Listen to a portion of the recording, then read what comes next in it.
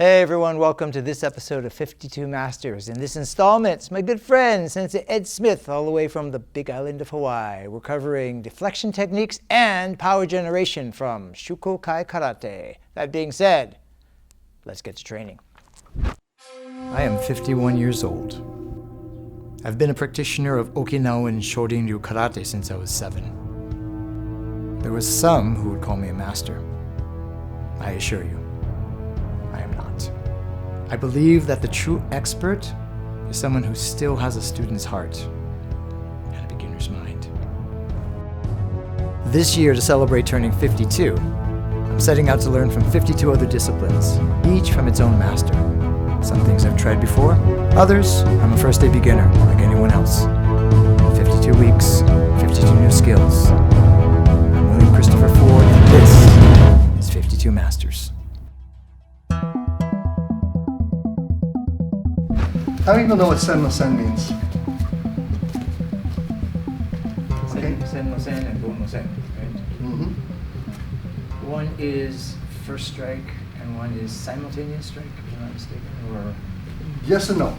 Go no sen, as was explained to me, was block and punch. Right? Right. Block and punch. Sen no sen, block with punch. Okay? And then there's a third level, sen, or sen no sen, which means it's almost predictive. Some people think it's in kind of like the psychic realm. I don't know, I think it's good training. Everything comes out of good training. So sen no sen is the simultaneous. That's the one in the middle. So if he is, let me just put this one down. It'll both be like this. And he's punching. Oh. See, everybody does the same thing. Okay, punch. Okay, punch. Punch. Got it? Now, do I want to just leave my body open for that? No. So, let me put my hands up here. So from this, let's say you're going to give gyakutsuki, and as you know, this can apply to either kind of punches. He's going to say punch here, show me punch here, boom, and retract. This is sen no, this is go no sen, watch. Okay? This is sen no sen.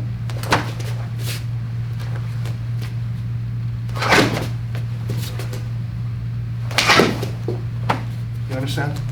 Block with punch. So we're gonna put that into what I just taught you. Here's what we just did, okay? He's gonna punch, here, boom, he's retracting, bump, here's, see this is here, the go no sen, boom, block and punch, and then I give my friend a love tap, yeah? Sen no sen means I've got to do this and this same time. It wasn't the same one that's on the end. This is part of the beginning now. I like to kind of screw with him, move things around. He's coming in, right? Same time. Now we'll add what we just learned. And, okay, again, sen no sen, pump, pump, what you just learned. Here. Want to do real time? Hi, sir. Hi. Okay. In a series of, I would say about 1 second, you have hit him once, twice, 3 times. Yeah. And you understand that if he's too close to do this, if he's too close to do this instead of doing this, if you get it here and he's too close, you can either just ageuke, or too close, or, okay? Okay, so let's go with Gyakutsuki. So from here, we'll go slow. And I'm doing this. You're doing this. There. Now, do it again. Okay. Now I'm going to repeat the time. This needs to go the same time as the first one. This should be the next strike. I should have a double strike. right? Soft and slow, coming in. Boom. Yeah, that's good. Boom. Same type here. No. Block and punch. Boom. Yes, again. Yes. Now, my retraction, you follow that movement. Whatever. Okay, so together. Boom.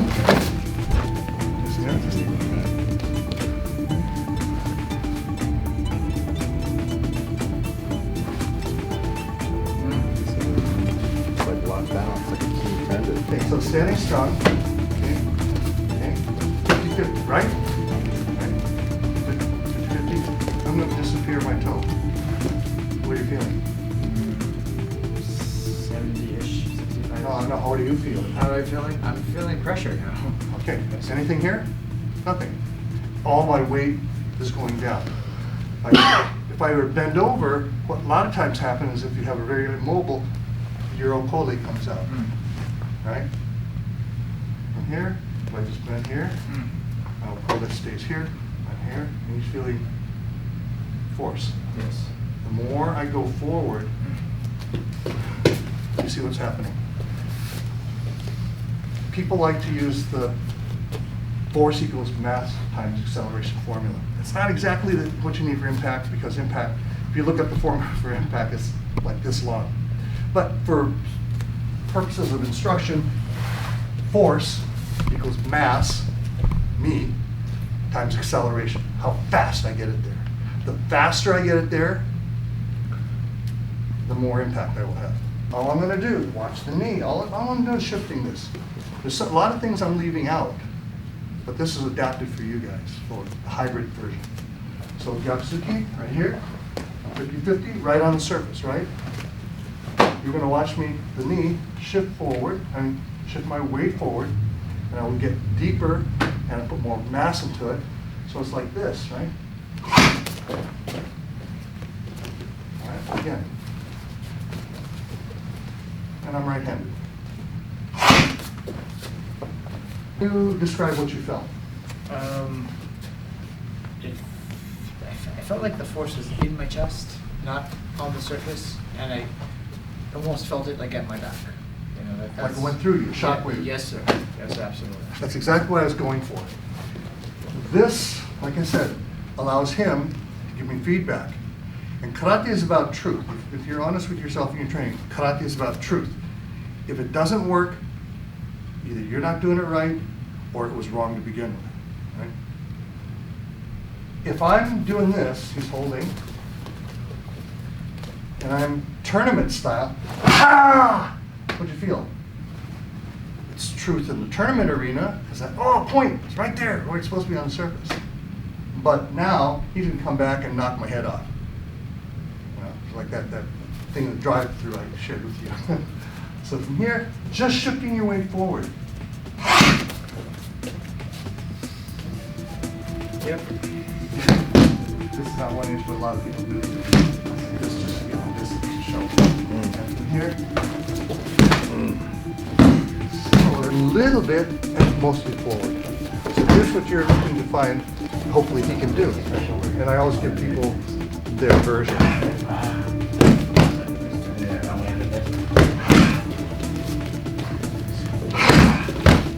You feel penetration. Okay, good.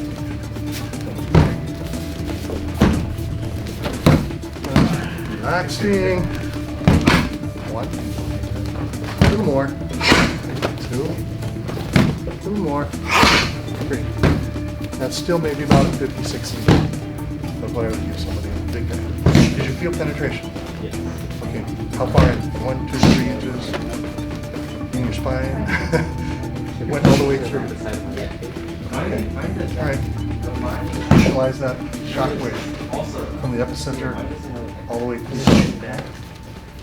You don't want to treat the guy who's going to want to take your head off. Yeah. Maybe you don't want to do this either. Anybody know Tensho? Right. You taught us that last time. I did that. Yes, sir. I love it. So instead of punching him here, slapping him here with your fingers, you go up about 2, 3 inches and hit here. you can feel the difference. Okay? Same amount, but you're snapping this. And I'm not going to go for this. I'm going to go this to here. Okay? Or higher up. But I would prefer here because it's close, not so far to the end of the skeleton. Right here. All right? So, the same idea. It's loose. When we're doing this, we're not, you're just here, you're pushing it, you're moving your forward. This is relaxed. This is moving, displacing your mass. Tani, who studied a lot of other sports, golf, volleyball, a lot of different sports. When you're a track and field guy, they set you in something called starting blocks. You set your feet in them, right? You get them just right, you mark, get set, and what do? You push off the starting blocks. Get you to go faster, right? Kick shock is karate's version of that. And what kick shock does, and it will not work if you're used to fighting this way or this way. Will not. You cannot do it. Because kick shock is the same muscles that you use to get that Fruit Loops off the top shelf. Okay? Yeah. So when you're here, you're pushing, kicking off. All right? Is that important? I'm going to go around and demonstrate how it is. Yeah. I give you. If you're 2 steps away, 1, 2. Then that's like right on the border. 2.5 to 3 steps. 1, 2.5, 4, 3. You're out. You will control the fight as long as you move first, or you're able to react quick enough. All right. So here I am, outside. 1, 2, right on the border. I mean, and if I just go forward, and this, okay. Kick shock. Difference. You're moving your closer because you're pushing, you're shifting your mass, and you're accelerating from here to here, not just standing there. Boom, you relax, and now you're like resting for that millisecond and ready to re-employ. I'm not going so far. Look, at the lowest, look, I'm still aiming, not doing this where I'm aiming here, am I? So if I'm coming in, boom, relax. Look, I'm still aiming, and never take the muzzle off. Not this, not this, not this. Boom. By all means, let's give it up for Sensei for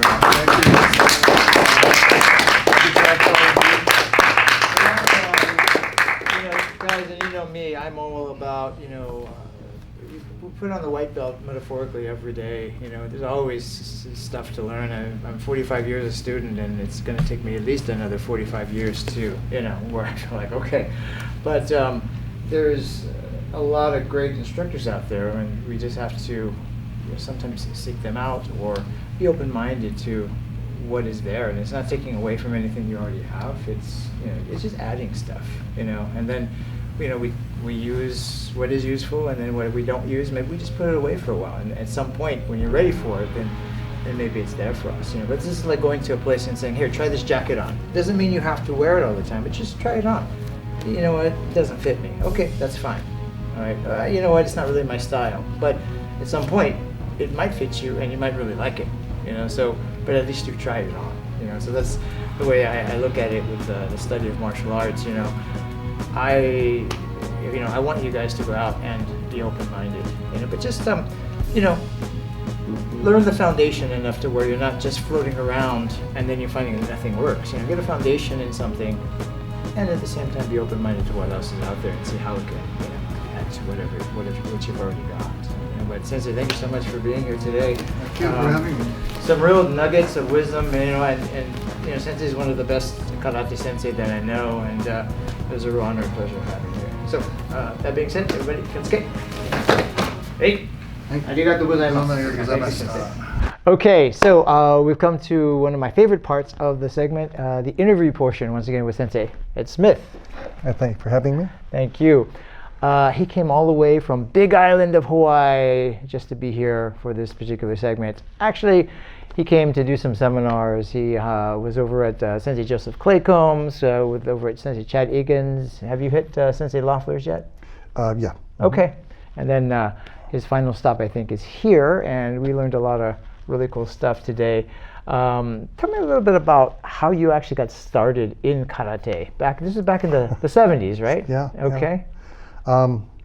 I was working at Patton State Hospital in the penal code units, PM shift, and I ended up sleeping later and later and later. I said, I can't do that. You know, I wake up, go to work. So I wanted a hobby. So I started putting together a model ship. I got bored with that. Okay. And then I was driving around, I saw a dojo, and they're open, you know. So I went in, and 42, 43 years later, here I am. And you never took any martial arts before that? No. Who was your first sensei? His name was Del Saito. He was with the International Karate Federation at that time. Funny thing is, he is from Hawaii. And now we got full circle, I'm back in Hawaii. Yeah. And is Saito Sensei still around? Yeah, he has organization and dojo up in Washington, I believe. Okay. Okay, so that was Shitoryu karate. Yes. Okay, and then you did that for a while. For some reason, you actually ended up going away and studying. Well, Del went back to the islands, so he sold the dojo to a couple of brothers, and they taught Chitoryu. Okay. So I trained for a year and a half with them. They weren't very good businessmen, great karate people, but not good businessmen. Well, yeah. The dojo folded, and then I went to Riverside to study with Sensei Ray Dalkey. Okay, yeah. Good old school, hard He's karate. a karate legend. Yes. My friend John Relius that's his sensei, and he's still around. I think up in Oregon. Yeah, they all moved north. And he's the guy that taught me block and punch versus block with punch. Got it. So after a while, my job changed in circumstances. I couldn't attend his dojo anymore, and so I affiliated with Sensei Fumio Demura. Okay. He had a dojo at Riverside City College. And then again, I moved into the valley, and I quit formal training for a while, but I would do sparring with a couple of guys who were in the condo complexes, and Shotokan guy, Shorin-ryu guy. Okay. Nothing formal. And then when I moved to Orange County, I found Sensei Kunio Miyake, joined his Shukokai, which is an offshoot in the Shitoryu family, and stayed with him for about 16 years. Then I left and found Sensei Eric Tomlinson, who was from the UK.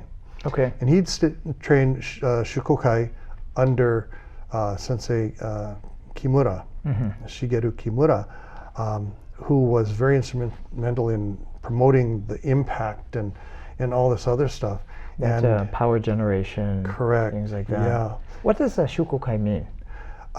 You see all over the internet, it says way for all, but that's actually incorrect. The Shu stands for the training, okay? Okay. Kai means like the group of people. Right. And I mean the Shuko is the training with the people, and the Kai is the organization. So people kind of loosely translated, people of like mind training together. So his method of power generation came from his sensei, who was Kimura. No. No. Well, Shukokai was from Chojiro Tani. Okay. And it was organized like in 1946. And Okay. he trained directly under Kenwa Mabuni. Oh. So okay. Tani was the first one to kind of go off a little bit and study other sports and how they were, like tennis and baseball and volleyball and golf, how they generated power.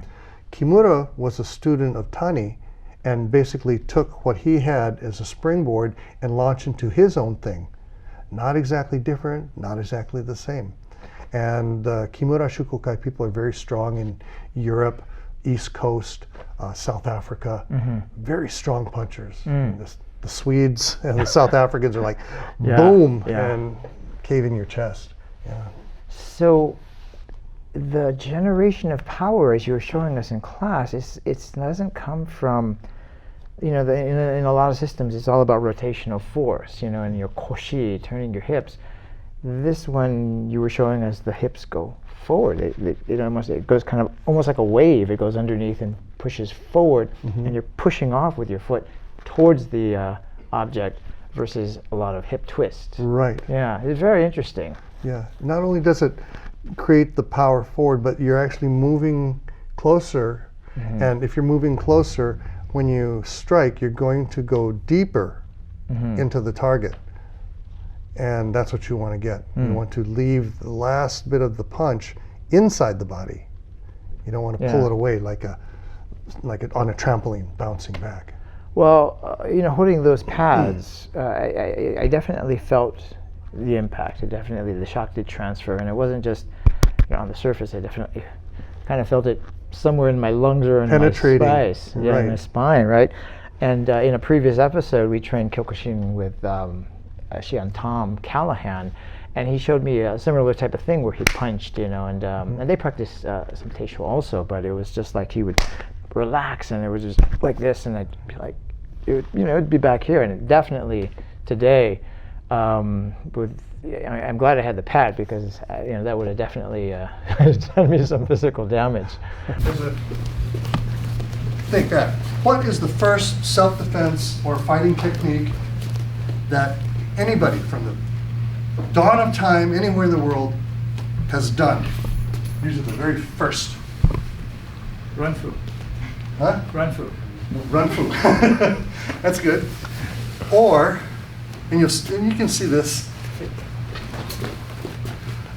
I'm a toddler. I just started walking. He's got my banana, and right? Right. Have you been around kids? They push each other.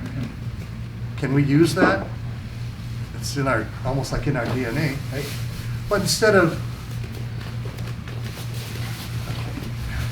of just pushing with our arms, gets him away. Now he's going to what? Push me back. We don't want to engage a fight. We want to end the fight, right? So since we're not toddlers, we're not going to do this. You're going to use what I just taught you. This, okay? This is where it starts, right? So I'm not doing anything magical. Just this. You should have felt a little bit more focused power, and maybe even moved a little bit more.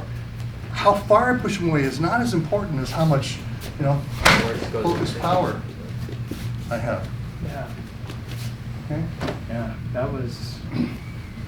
So when you get into a confrontation, and all of a sudden everybody's got their videos out, look, I don't want any trouble. He comes at me, look, and what everybody sees on YouTube is I just pushed him away. If he falls down and hits his head, I hope not, but it's not like I took a big swing at him, not like I tried to kick him here, I just pushed him. Right? I noticed also that the deflection techniques that you were teaching in the beginning of the class, where you come up and you go right back in, and then you come up on this side and then you go in with your forearm. It's like completely opposite of the power generation. You would think that the block is going to destroy the arm, but it's almost like you're just doing this. It's barely even there. And then you're coming back, and it's just you're dropping that bomb on your opponent, and that's an interesting, if you'll pardon the cliche, kind of almost a yin-yang kind of thing, where this is bam, and then you're relaxed again. He's coming in, boom, you pull back, boom. Okay, I want you to simulate in the speed, not real time, but the speed we're doing, which is like maybe half time. You're going to go 1, 2, right? Right? No, you're going to hit me with this one. Yeah? You see where his hitting was right here? I'm over here. I'm using Tai Sabaki, another component of what I teach. I'm not standing toe to toe like this.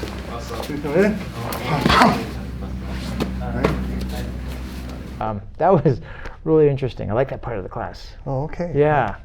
And I was talking to one of your students after class who said he studies Arnis. And I've done some Arnis also. I'm not good by any means.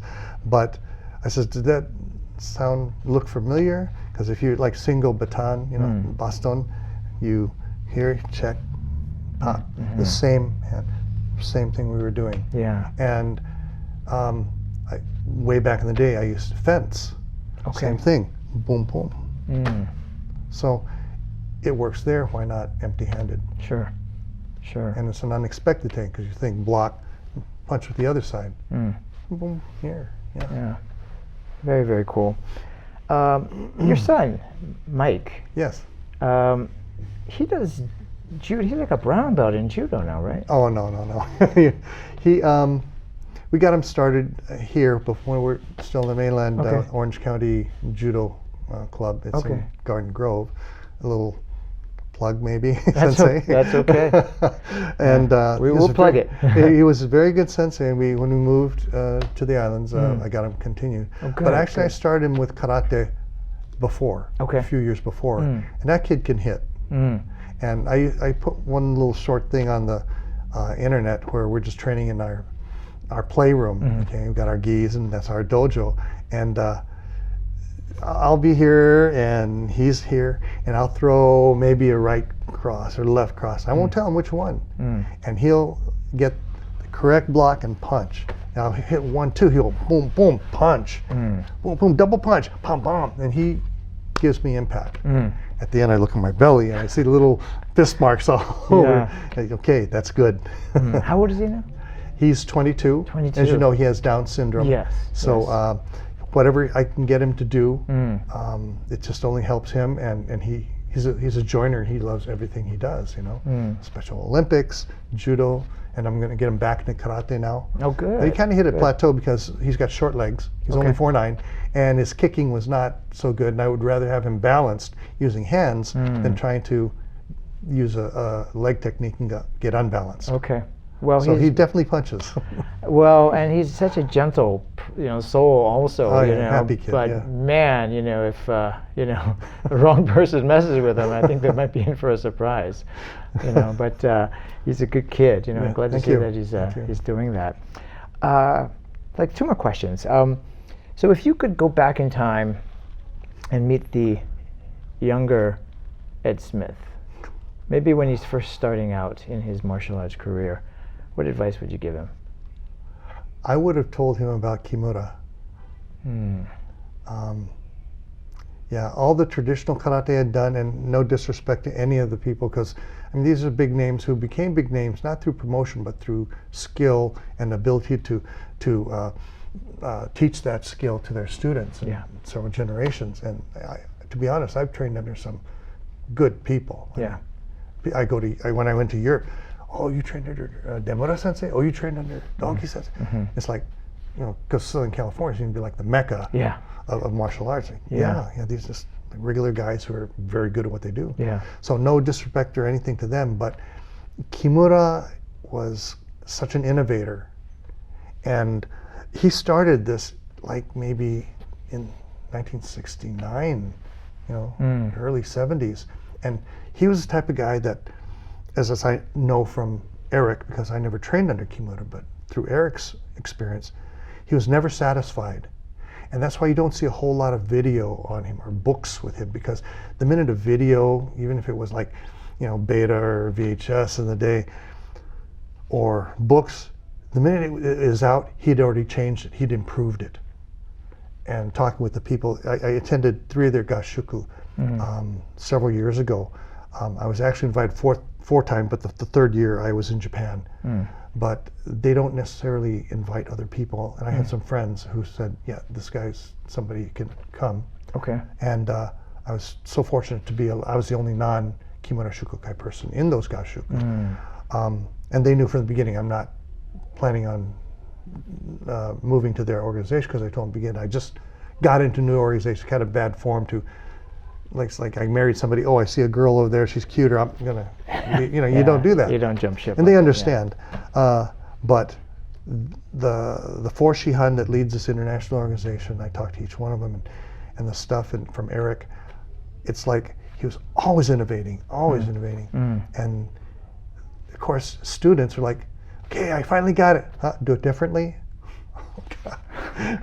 But they understood. And now it will be better. So if I could have met him back in 1977, if I could have been in New Jersey, imagine what I could transmit today. But on the other, everyth's a scale, it balances. And I would not have had maybe some of the other experiences that helped me develop some of the other things like the Nagashi Waza and so forth. But since you asked, I guess that's the best answer I can give you. Okay. If you were to have one last class and you only get to teach maybe one thing, what would that be? Being a fan of the series, I know you've asked this or similar question of others, and I wouldn't teach a technique or method or anything, but thinking about it from your other interviews, I kind of kept coming back to one thing, and that's have fun. And when I mean fun, I don't mean like frivolous fun, be silly or anything, but in fact, if you're training hard and serious, and the moment you get that light bulb, that moment, I got it, that's the best, reward you can feel. You can have people say, oh, that's so good, oh, you're looking good, or that's a nice medal you won, or whatever. And that to me is more superficial. If you're understanding yourself and you say, yeah, I got it, that makes you happy, that's satisfying. What does that do? That promotes you to go and search for more. So regardless of what technique there is, you may remember it, you may not. It may not work out for you or your body style, you're not fast or strong. But if you're having fun with it, you keep going back to what you're enjoying. So I guess that would be my answer to you. Okay. Yeah. Yeah, that's a good one.